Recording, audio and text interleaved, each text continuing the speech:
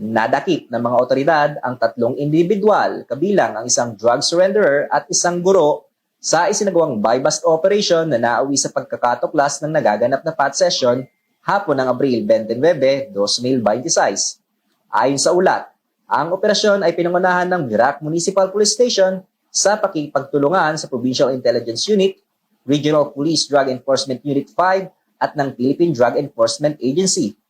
Pangunahing target ng mga operatiba si alias Andy, 42 anyos, isang drug surrenderer sa ilalim ng Oplan Tokhang.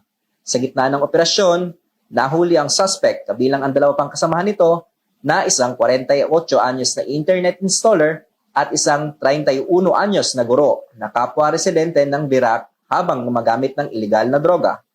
Kabilang sa mga nakumpiska, ang 4 na piraso ng heat-sealed transparent plastic sachet na batay sa isinagawang laboratory examination ng Regional Forensic Unit sa Camp Brigadier General Simeon A. Ola, Legazpi City ay positibong shabu, isang glass tube na may traces ng shabu at iba't ibang drug paraphernalia. Sinagawa ang on-site inventory at pagmamarka ng mga ebidensya sa harap ng mga suspect at mga mandatory witness, kabilang ang isang barangay kagawad at kinatawan mula sa media.